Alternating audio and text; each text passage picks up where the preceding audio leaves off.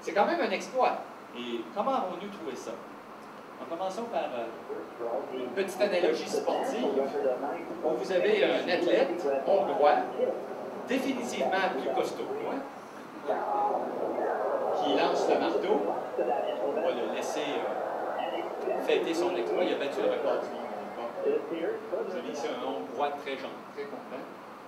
Alors, voici encore une fois en reprise. Voyez ce qui se produit. Notre athlète ici est très costaud. Il manipule une pierre au bout d'une chaîne, beaucoup plus légère que lui, moins massive. Et il la fait tourner à grande vitesse. Mais remarquez ce qui se passe. Malgré le fait que l'objet, le marteau, tourne vite, l'athlète aussi il tourne et il bouge. Il n'y a pas le choix. Parce qu'il y a quelque chose qui tourne autour de lui, lui aussi est obligé de tourner et de bouger un peu. Il est affecté. Et c'est exactement ce que vous voyez dans l'image qui est ici. Vous avez une étoile, comme notre Soleil, ou des étoiles que vous voyez dans le ciel, très massive, autour de laquelle tourne quelque chose, une planète, que vous ne pouvez pas nécessairement voir. Mais l'étoile bouge. Elle bouge parce que la planète en fait le tour. À chaque fois que la planète fait une orbite, l'étoile a fait un cycle aussi. Or, nous pouvons mesurer la vitesse de la planète. De temps en temps, vous avez ici un astronome, c'est symbolisé par le petit télescope. De temps en temps, l'étoile s'éloigne de l'astronome. De temps en temps, l'étoile s'approche de l'astronome. Donc, elle avance comme ça et elle recule de façon régulière.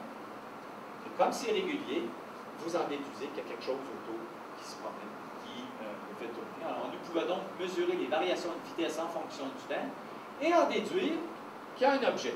On ne voit pas l'objet, mais on en déduit les propriétés.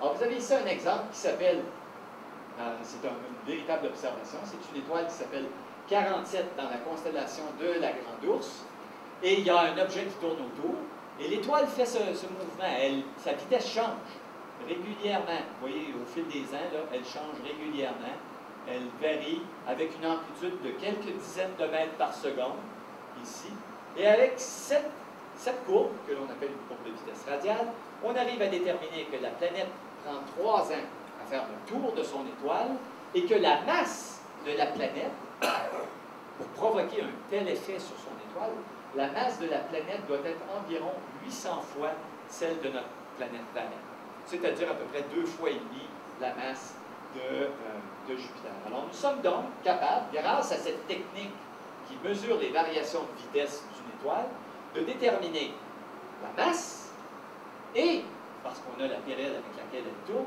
la distance à laquelle cette planète se trouve de son étoile. Alors, rappelez-vous que nous devons, dans un premier temps, pour trouver des planètes qui ressemblent à la Terre, trouver des planètes qui ont le même rayon, la même masse et la même distance par rapport à leur étoile. Cette technique ici nous donne au moins 2 des informations, la masse et la distance de la planète par rapport à son étoile. Maintenant, si vous étiez des astronomes extraterrestres et que vous aviez les mêmes instruments que nous avons pour trouver 47 dans la constellation de la Grande Ourse, pourriez-vous trouver les planètes dans notre système solaire? Alors, vous avez donc ici notre Soleil, et je vais mettre Jupiter. Jupiter, c'est la plus grande des planètes du système solaire, la plus massive. Elle fait le tour du Soleil en 12 ans. C'est elle qui a le plus d'effet sur notre Soleil. Alors, vous êtes à grande distance, vous ne voyez pas Jupiter, mais vous voyez le Soleil. Et vous allez voir que notre Soleil bouge. Et l'effet de Jupiter sur notre Soleil, ce sont des variations de vitesse de notre Soleil d'environ 13 mètres par seconde sur une période de 12 ans. 13 mètres par seconde, c'est la vitesse à laquelle un athlète hautement entraîné et très très bon arrive à courir le plus rapidement. Usain Bolt, il fait à peu près 10 mètres par seconde. Il court 100 mètres en 10 secondes. Il fait à peu près 10 mètres par seconde. Évidemment, Usain Bolt accélère à cette vitesse en une fraction de seconde. Notre Soleil fait des changements de vitesse de l'ordre de dizaines de mètres par seconde sur une période de 12 ans. Donc, il faudrait, en tant qu'astronome extraterrestre, vous devriez observer le Soleil pendant au moins 12 ans pour découvrir que Jupiter en fait le tour. Et si vous avez la technologie dont nous disposons présentement, vos meilleurs instruments ont une précision d'à peu près 3 mètres par seconde. Donc, très clairement, vous êtes capable de mesurer ces variations.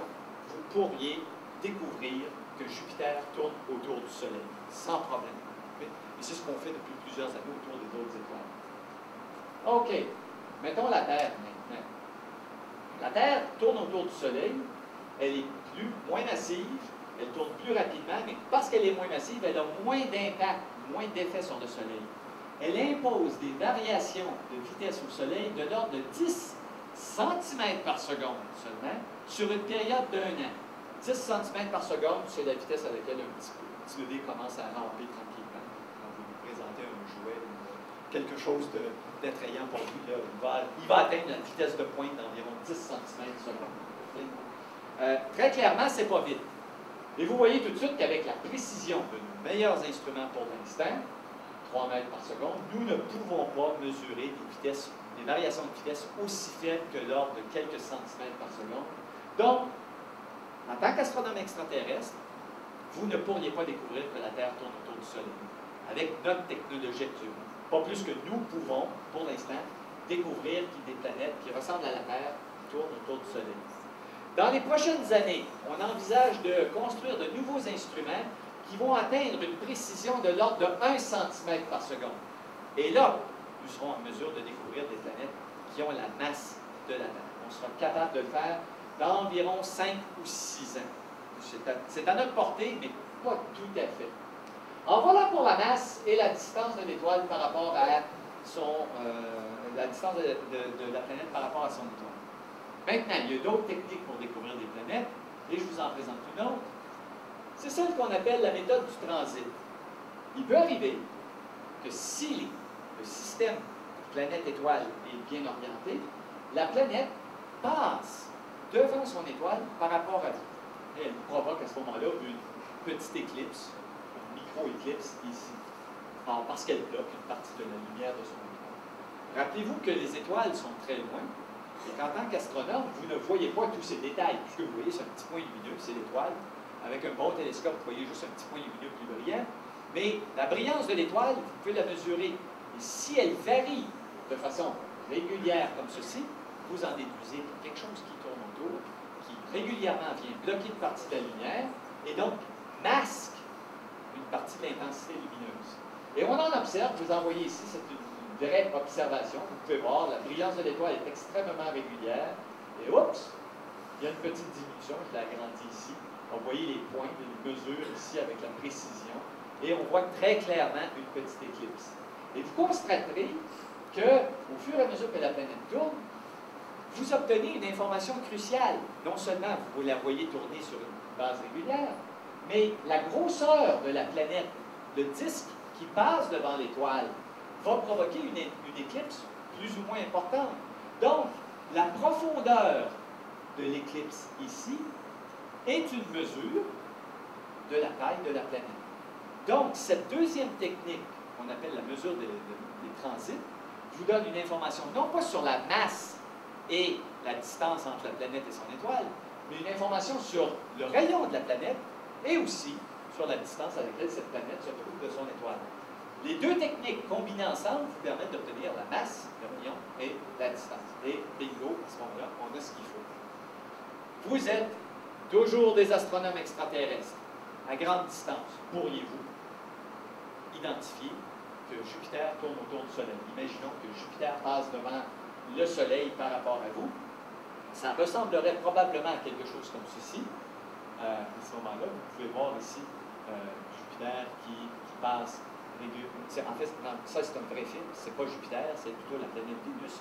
Mais en termes de taille relative, ça ressemblerait probablement à ceci.